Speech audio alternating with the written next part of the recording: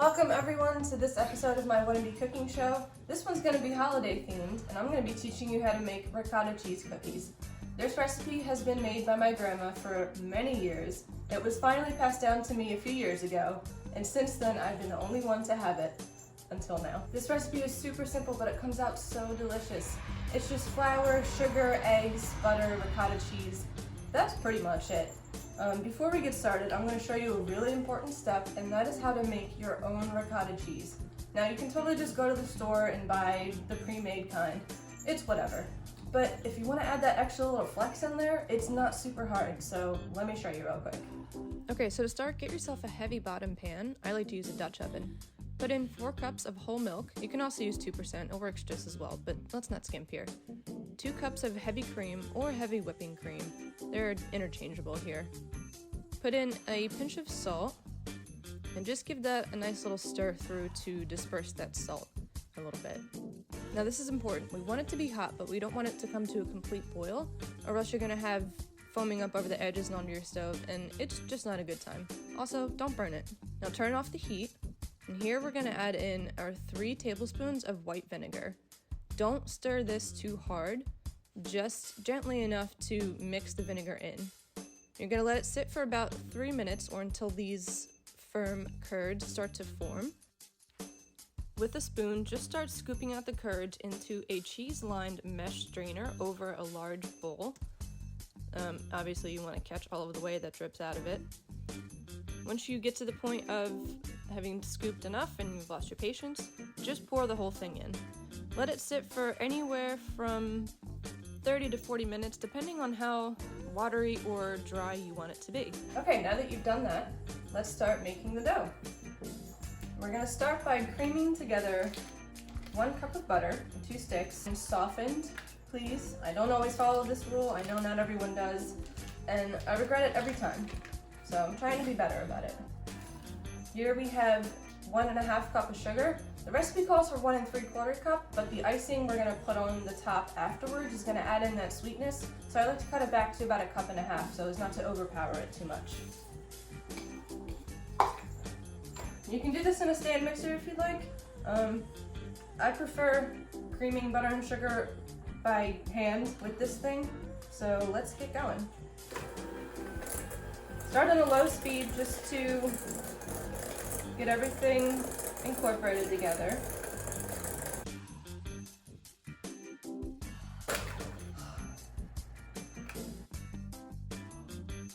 Okay, now that we have our wet mixture done, let's talk about our dry ingredients real quick. Here I have 4 cups of all-purpose flour. This one in particular is gluten-free. I'm making this for someone who's got a gluten allergy, so, you know, hashtag inclusivity. Regular all-purpose flour, totally fine, same thing. I have 1 teaspoon of baking soda, 1 teaspoon of baking powder, and 1/2 teaspoon or a pinch of salt. What I'm gonna do is just roughly combine with my fingers real quick. Okay, now we're gonna take our wet and mix it in with the dry. Kind of go ahead and start mixing it together. Please make a mess while you do so. What's happening? This is not.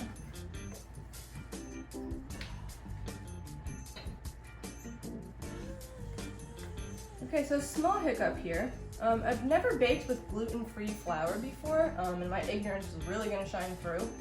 Something went wrong. It's not really doughy, it's kind of more battery, super wet. Baking is a science. You gotta get this stuff precise. I weighed out the flour. So now what I'm gonna do is just go in and start ad-libbing more flour until I get it to the consistency that I want, and we'll just see what happens. Okay, so I went to the website for the brand of gluten-free flour that I'm using to try to see if I did the measuring wrong, and it's saying it's a 1-to-1 ratio, which I did. So now I really am just gonna start ad-libbing more flour and see what happens.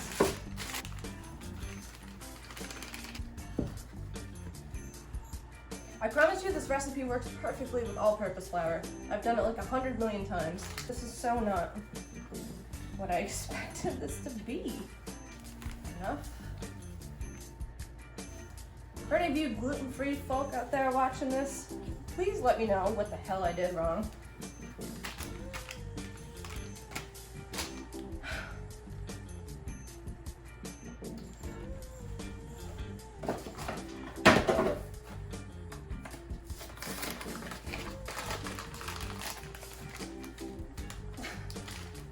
This is so wrong on so many levels.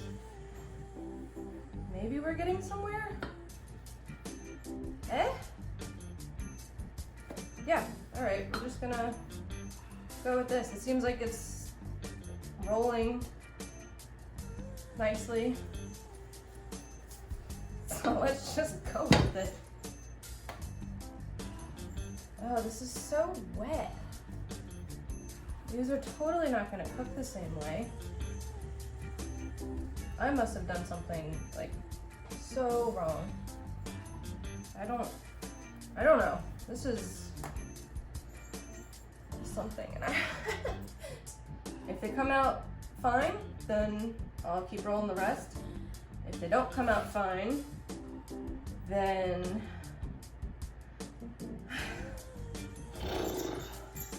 alright, well, while those are doing their thing, I might as well show you how to make the icing for this. Really simple. It's just powdered sugar or confectioner's sugar and a little bit of milk.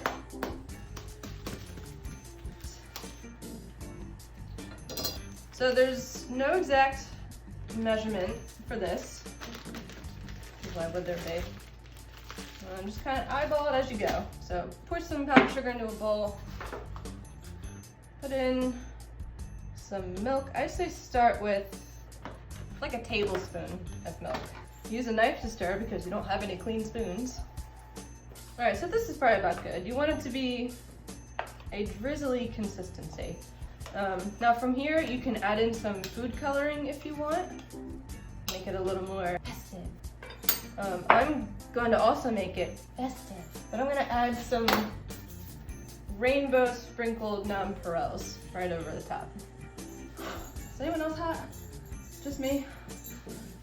Okay.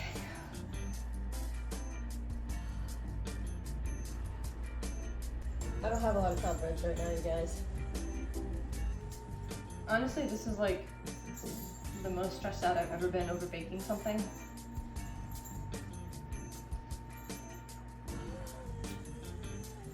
Okay, so here they are. They did not get very brown on the bottom. That's okay. The toothpick came out clean, so they're cooked. I really hope all of that extra flour I added in is not going to make it taste super gross. Okay, so I know you're not supposed to do this, taking a hot cookie directly out of the oven and eating it right away. But you know, I gotta see how this worked. So I'm just gonna, all right, they're very crumbly. I'm gonna dip it. Never let go, Jack. That was a lot of sugar. Oh my God. Gently. Okay. Okay.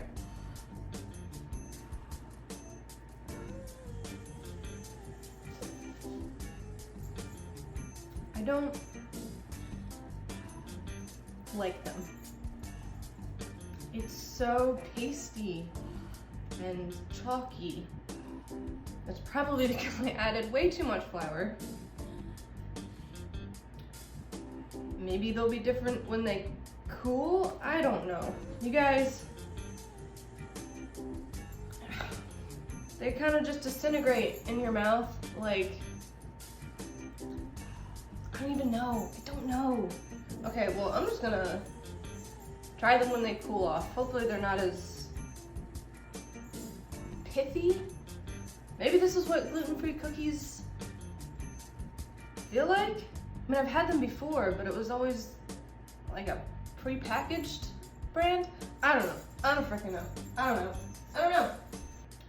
They say to waste not, want not, but I not want this anyway. So,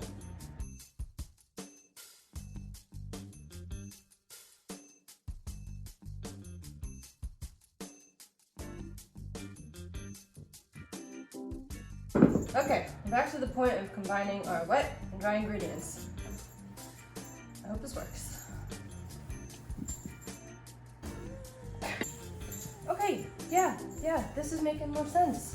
This is what it's supposed to look like. A little shaggier, it's not so pasty.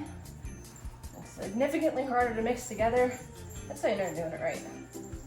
If it's easy, it's not right. Alright. Yeah, I don't know what went wrong with that gluten-free flour, but this is what I'm familiar with. God bless you, gluten. Oh, and also, like, very sorry if you can't have gluten. You're missing out on some really well-textured cookies. Now that I can't wrangle this anymore, let's go ahead and ball our dough.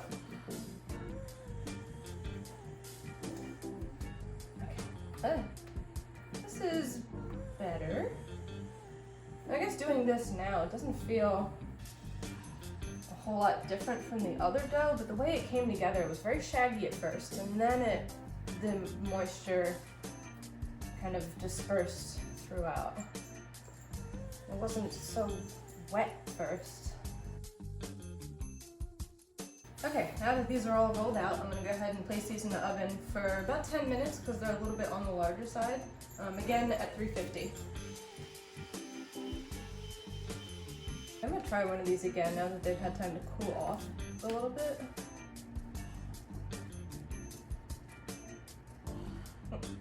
No. It's kind of like someone said, here, put this spoonful of cornstarch in your mouth and swallow.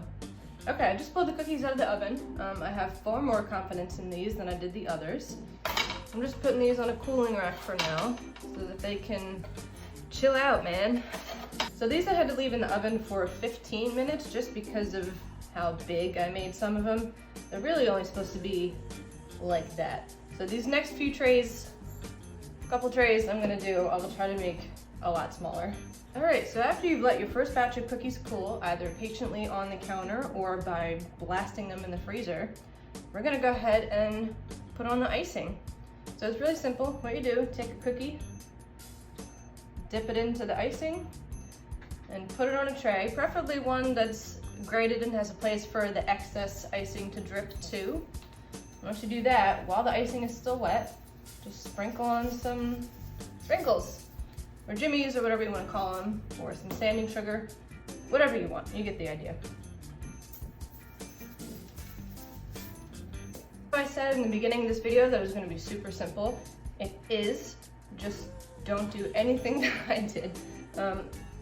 If you're experienced with baking with gluten-free flour, then this should be no problem for you. I've never done it before, so it was an absolute disaster. But I think I've redeemed myself. Right? Let's try it. Let's see. Let's break it open. Oh, look at the gluten-y bonds. I can see them, I can feel them. They're so cute. That's a cookie. Happy holidays. Enjoy.